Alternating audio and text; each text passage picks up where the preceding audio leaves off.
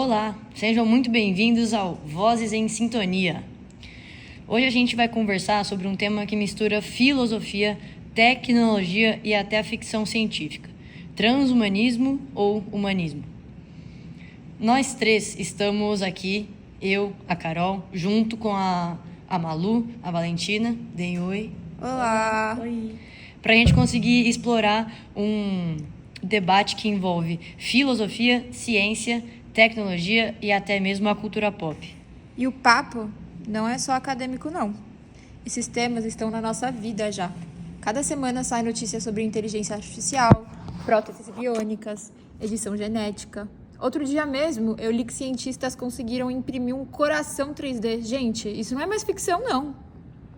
Não, e até em coisas simples, né? Por exemplo, pensa nos filtros de Instagram ou aqueles do TikTok, sabe? Que mudam o rosto, afina o nariz, aumenta a boca. Então, pode parecer bobo, mas já é a tecnologia mexendo na nossa própria identidade. Pior. Exatamente isso. Então, e a ideia aqui não é a gente trazer respostas prontas, mas também levantar reflexões. Até onde vale a pena mesmo a gente ir?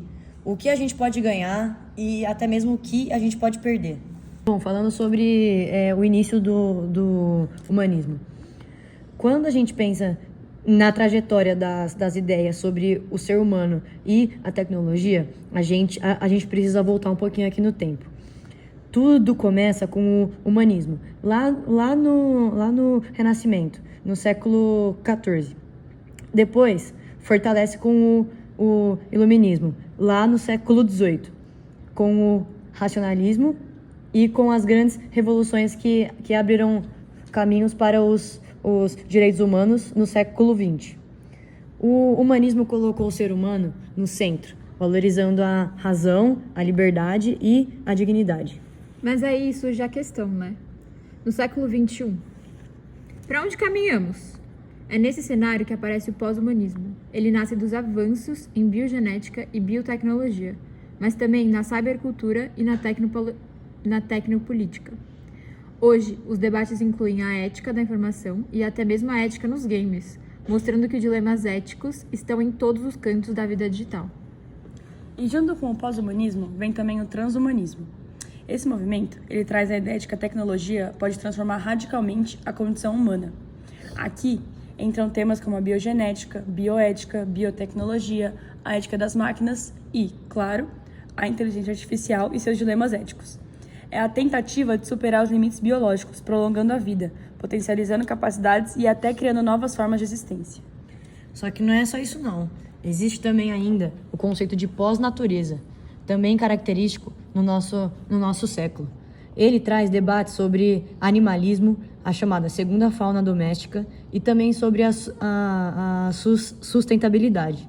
E é nessa sustentabilidade, não está ligada apenas no meio ambiente, tá? Mas também a própria natureza do nosso capitalismo, que precisa ser repensada diante dos nossos desafios globais. E no meio de tudo isso surge uma grande questão: o que chamamos de niilismo da tecnologia. Em outras palavras, será que os valores humanos e morais não estão sendo substituídos ou até mesmo dominados pelo valor técnico? Esse talvez seja o maior dilema do nosso tempo. Como equilibrar tecnologia, ética e humanidade sem deixar que um apague completamente o outro? Então, para a gente começar aqui, o que é o transhumanismo? É uma filosofia que aponta a superação dos limites humanos através da ciência e da tecnologia. O mais interessante é que ele nasce como um desdobramento do próprio humanismo. O humanismo, ele valoriza a razão, a dignidade e a autonomia. Já o transhumanismo, ele pega tudo isso e fala: beleza, mas não dá pra ir além? Pensa num exoesqueleto que já ajuda pessoas paraplégicas a andar.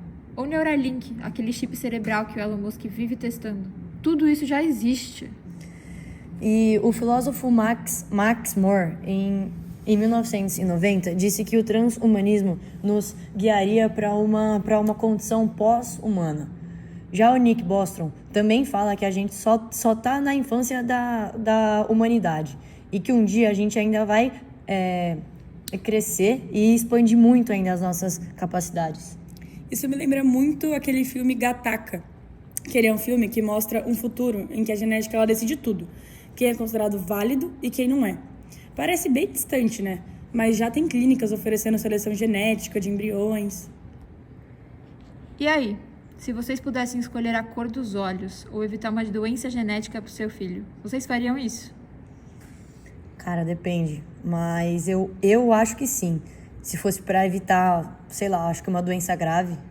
Ah, eu não sei não, eu já fico meio dividida. Porque se a gente começa escolhendo, onde é que isso vai parar? Primeiro uma doença, depois altura, depois inteligência. Imagina no futuro? Eu vou encomendar meu filho versão 3.0, com cabelo loiro, 1,90 m de altura e um QI de 150. Então, só que aí que o transhumanismo deixa de ser só a teoria e vira realmente um dilema. Agora a gente tá abrindo aqui uma cervejinha. Pra gente continuar. Que esse papo aqui, ficando gente, sério. tá ficando sério. Vamos lá, então entrando na questão transhumanismo versus humanismo. É aqui que entra o grande debate. Preservar ou modificar a natureza humana? Os humanistas diriam, calma, a vida com fragilidades é justamente o que dá sentido. Mexer demais nisso aí pode destruir valores como a dignidade. Mas os transhumanistas dizem, se dá pra diminuir o sofrimento, não fazer isso seria até antiético, vocês não acham?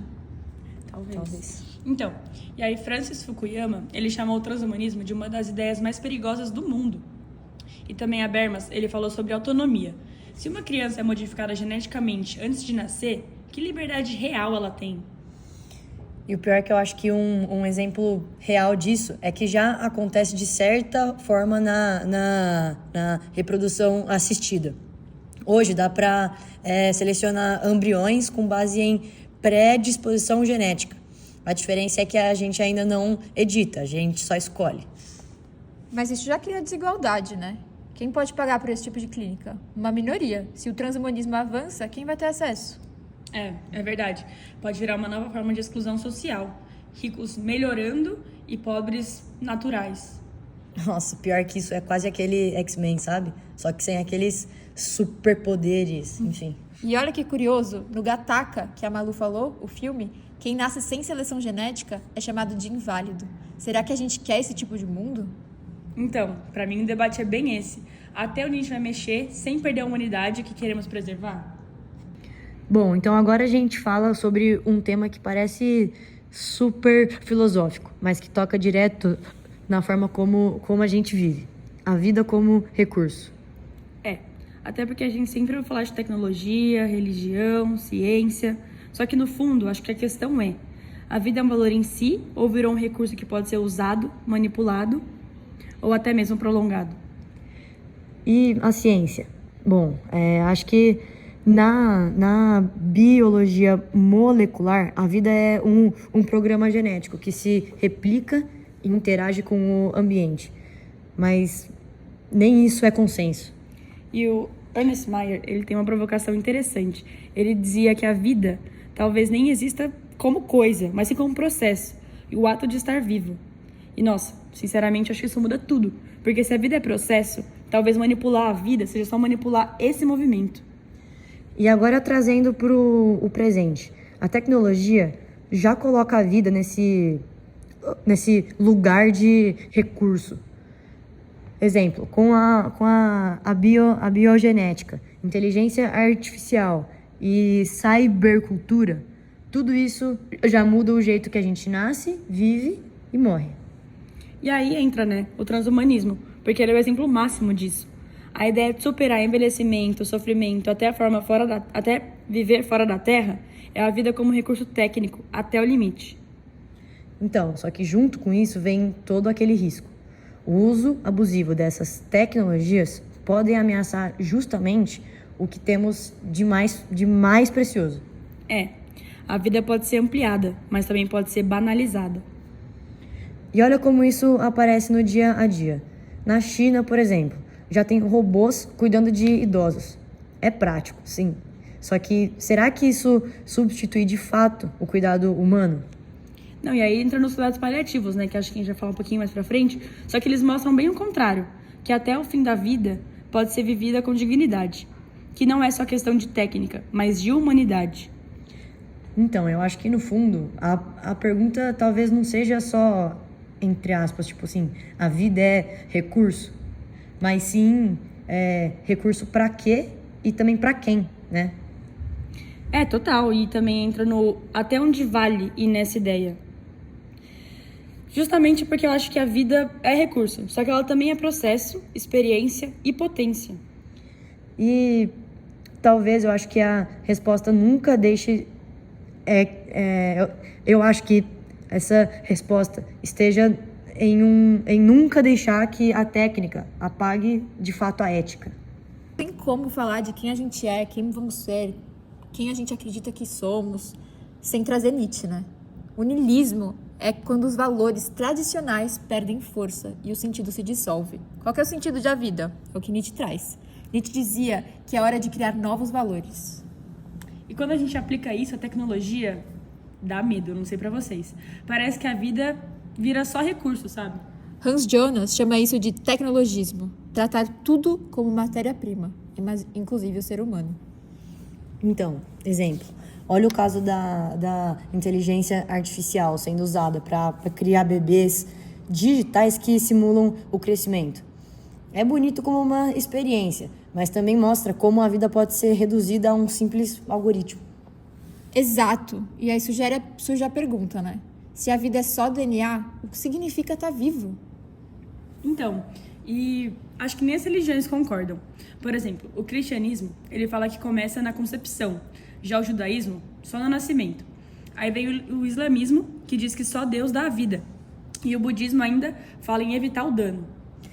E o pior é que eu acho que a ciência também não sabe não. Até hoje discute se o vírus, por exemplo, é vivo ou não é vivo. Então, a vida parece ser menos uma coisa e mais um processo, sabe? Mas se é um processo, até onde a gente pode manipular sem perder o sentido do que a gente está vivendo aqui? Então, sei lá, eu penso nos transgênicos, que já mudaram o conceito de alimento. Será que vai acontecer mesmo isso com a própria vida humana? Eu acho que penso, por exemplo, lembro de bebês de proveta. Quando surgiram, houve quem dissesse que não era vida natural. Hoje já é uma coisa mais normal.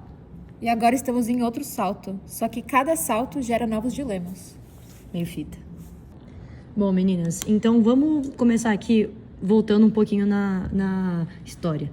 No século XVIII, na França, o pensamento científico cartesiano e as bases racionais começaram a mudar a forma como a gente entende a vida e até mesmo a morte.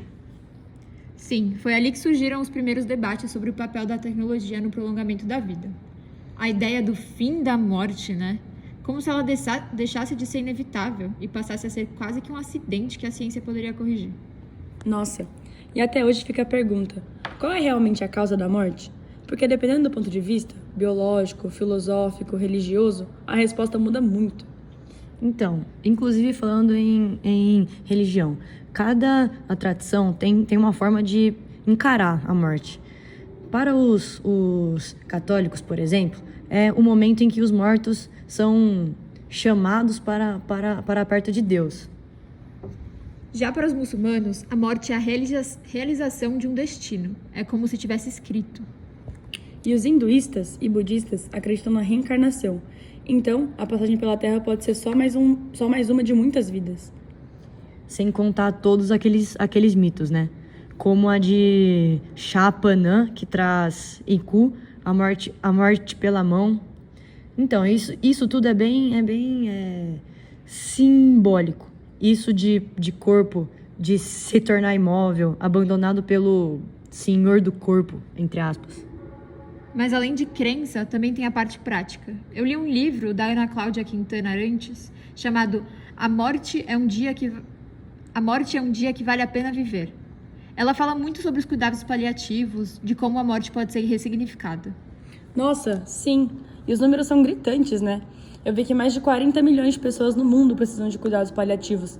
Só que 78% dessas pessoas, elas vivem em países de baixa renda. Não, e o pior, apenas 14% realmente recebem esse tipo de atenção. É muito doido. Não, se liga nesse dado. 79% da nossa população mundial, principalmente em países mais pobres, consome só 1% de morfina produzida no mundo. Ou seja, até o alívio da dor é distribuído de forma desigual. Isso me faz pensar, né? Quando a gente fala em morte, do ponto de vista científico, como que a gente define o que é morrer? Acho que existem vários conceitos.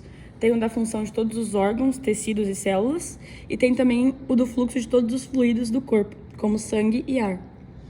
E sim, tipo, claro, o funcionamento de, coração, pulmão, quando eles param, parece óbvio que é a morte, né? Só que não para por aí, não. Porque também tem a definição ligada ao cérebro, né? O fim do funcionamento do tronco cerebral, do neocórtex, ou até do cérebro como um todo. E ainda a ideia de perder a capacidade corporal de ser consciente. Acho que, no fundo, morrer é um cessar irreversível. Mas até isso pode ser visto de várias formas, biológica, filosófica e espiritual. O que mostra que a morte, além de um fato, é também um conceito.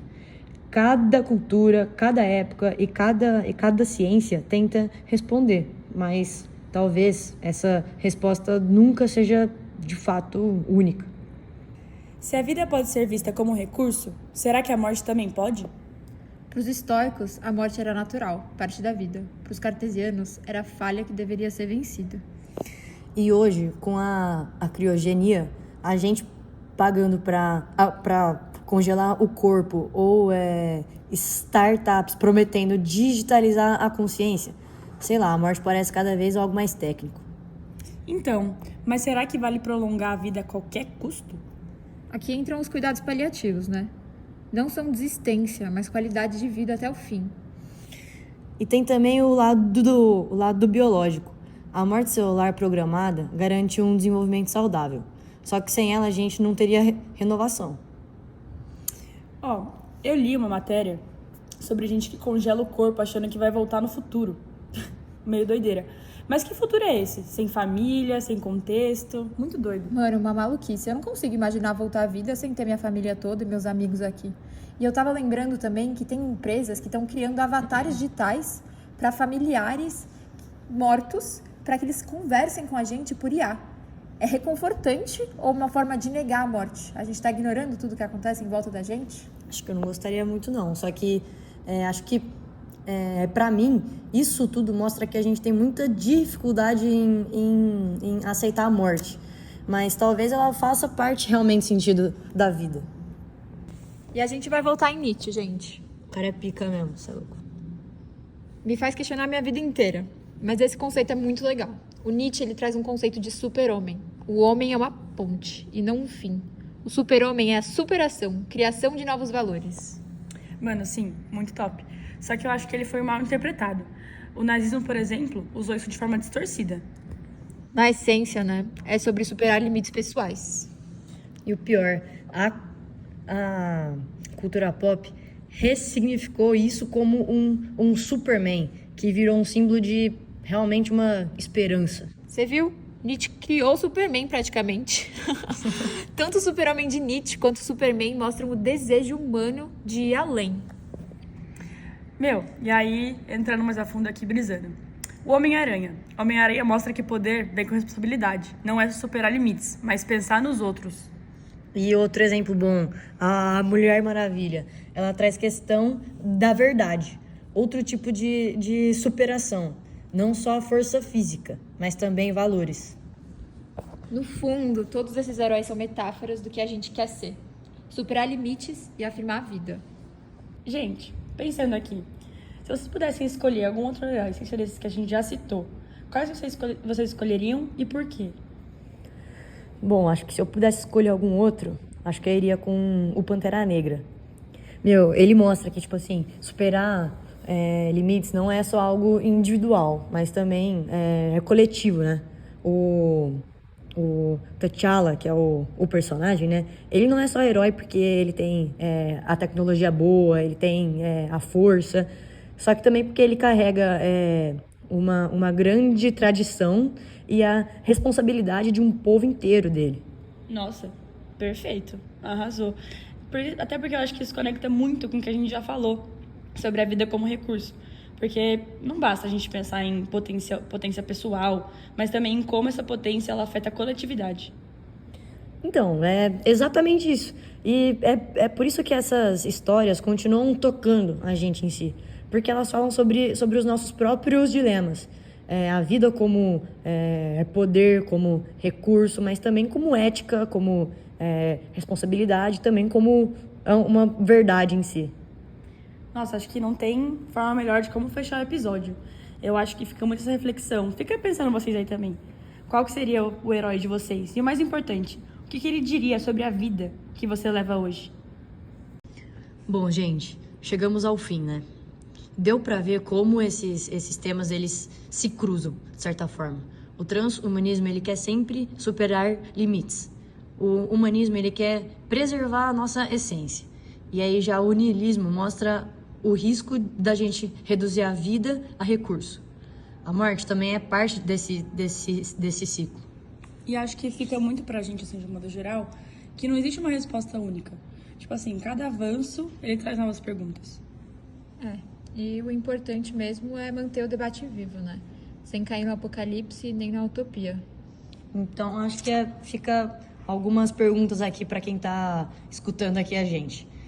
Primeira, você gostaria de viver para sempre, mesmo artificialmente? Particularmente, gente, Deus me livre viver pra sempre. Mas Então, artificialmente. Não dá. de jeito nenhum. Segunda, transformar a vida em um recurso, não esvazia o sentido dela? Com certeza, tá? Eu acho. E terceira, será que aceitar a finitude é justamente o que dá sentido ao que nós somos? Sinceramente, eu acho que são perguntas muito difíceis de responder e quase, na real, quase impossíveis de responder. Fica aí para o questionamento de vocês que escutam a gente. E bom, para fechar, queria dizer que foi um prazer dividir essa conversa com vocês, meninas. Foi um prazer, muito obrigado pela companhia até aqui, gente. Obrigado a vocês também que estão escutando. Muito obrigada e até o próximo episódio de Vozes em Sintonia. Tchau, tchau.